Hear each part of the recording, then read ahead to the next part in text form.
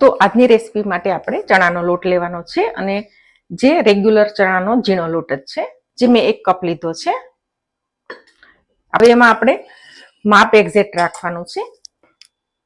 એના માટે મેં અડધો કપ દહીં લીધું હતું, એની મેં છાશ બનાવી નાખી છે અને છાશ નાખું છું 1 કપ છાશ છે. અને બીજું હું અડધો કપ પાણી નાખીશ.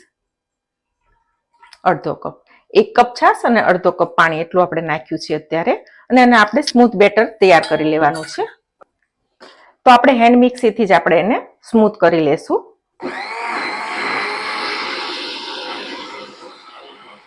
દહીં ને છાશને આપણે બરાબર મિક્સ કર્યા પછી હજી બીજો 1 કપ પાણી નાખવાનું છે. ટોટલ 1 કપ ચણાની લોટ સામે આપણે ટોટલ 1/2 કપ પાણી, 1 કપ છાશ અને 1/2 કપ પાણી, ટોટલ 1/2 કપ આ રીતે લિક્વિડ આપણે એડ કર્યું છે. એક નોનસ્ટિક પેન મૂકી દીધું છે અને એમાં આપણે આ બેટર એડ કરી દઈશું.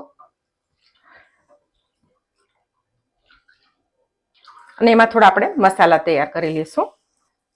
1/4 ટીસ્પૂન છે હળદર, 1/4 ટીસ્પૂન છે હિંગ, 1/4 ટીસ્પૂન છે લાલ મરચું, લસણ, લીલા મરચા અને કોથમીર આ રીતે મેં દરદરા વાટેલા છે. 1 મોટી ચમચી નાખી દઈશું આપણે અને અડધી ચમચી મીઠું. બસ આ બધા મસાલા થઈ ગયા છે. ગેસની ફ્લેમ મીડિયમ કરી લેશું અને આપણે આને સતત હલાવવાનું છે, બિલકુલ છોડવાનું નથી.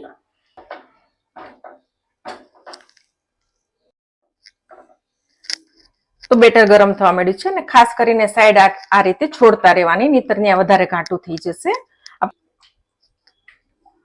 તો આ રીતે આપણે હલાવશું. લગભગ 5 મિનિટ પછી આટલું ગરમ થવા માંડ્યું છે. ગેસની ફ્લેમ મીડિયમ જ રાખવાની છે. ટોટલ 7 મિનિટ જેવું થયું છે અને બેટર છે એકદમ ઘટ થવા માંડ્યું છે. આપણે એને સતત હલાવતા રહેશું. ખાસ કરીને આપણે લોટ પાકે છે એ કઈ રીતે ખબર પડે એ હું તમને બતાવીશ. તો મૂક્યાને 10 મિનિટ જેવું થઈ ગયું છે. આપણે એક વખત તપાસી લેવાનું છે. એના માટે આપણે થોડું બેટર છે આની ઉપર આ રીતે પાથરી દેવાનું છે, આ રીતે. પછી હું તમને બતાવું. સેજ ઠંડુ થવા દેવાનું છે. સેજ ઠંડુ થાય પછી તમારે આ રીતે એને કરવાનું છે. તો તમે જુઓ તો લોટ ભેગો થઈ જાય છે, એટલે હજી આપણું બેટર છે એ તૈયાર નથી થયું, કાચું છે. તો હજી આપણે 2 થી 3 મિનિટ રાખશું.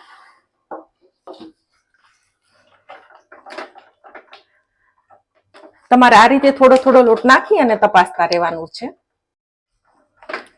તો ટોટલ 15 મિનિટ જેવું થયું છે. આપણે એક વખત પાછું તપાસી લઈએ, થોડું બેટર લગાડી આ રીતે. તો આપણે આ રીતે તપાસવાનું છે. તો આ રીતની તમે જુઓ તો આ રીતની રોલ તૈયાર થઈ જાય છે. તો આપણું બેટર તૈયાર થઈ ગયું છે. તો આપણે ગેસની ફ્લેમ છે એ બંધ કરી દેવાની છે. તો બેટરને આપણે થાળીમાં લઈ લેવાનું છે. તો મેં થાળીને તેલથી ગ્રીસ કરી લીધી છે અને આપણે એમાં બેટર ટ્રાન્સફર કરી લેશું.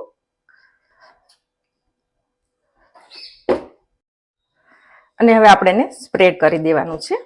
ખૂબ જ ઝડપથી અને એકદમ સરસ તમે ઢોકળા અને ખાંડવી ભૂલી જાય એટલો સરસ આ ફટાફટ નાસ્તો તૈયાર થાય છે. તો આ રીતે પાથર્યા પછી થોડી ઠંડી થઈ જાય પછી આપણે મનગમતા એમાં કટ પાડવાના છે.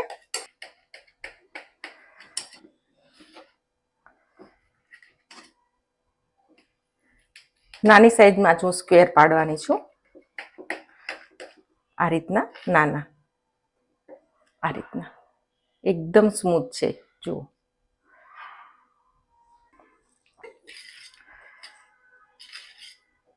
તો આ રીતે ખુલ્લા થઈ જશે. આ સાઈઝના છે. તો એક નોનસ્ટિક પેન મૂકી દીધું છે.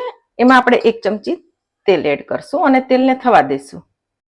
તો તેલ થઈ ગયું છે. અડધી ચમચી રાઈ મૂકશું, અડધી ચમચી જીરું, 8 થી 10 મીઠા લીમડાના પાન એડ કરશું. 3 મરચા છે અને આ રીતે મેં કટ કરી લીધા છે. 2 પિંચ જેટલી હિંગ એડ કરશું. લસણ, લીલા મરચા અને કોથમીર જે વાટી હતી આપણે એ 1 મોટી ચમચી એડ કરશું. અને આપણું ઢોકળીના કટકા છે એડ કરી દઈશું અને બધું બરાબર મિક્સ કરી લઈશું. અને જો તમને ખાંડવાળી સેજ ભાવતી હોય તો તમે સેજ ખાંડનું બુરું પણ ઉપર સ્પ્રિંકલ કરી શકો છો. તો બધો મસાલો નાખ્યો છે તો આપણે એને અડધી મિનિટ માટે ખાલી આ રીતે સોતળી લેવાનું છે અને થોડી ધાણા ભાજી એડ કરશું.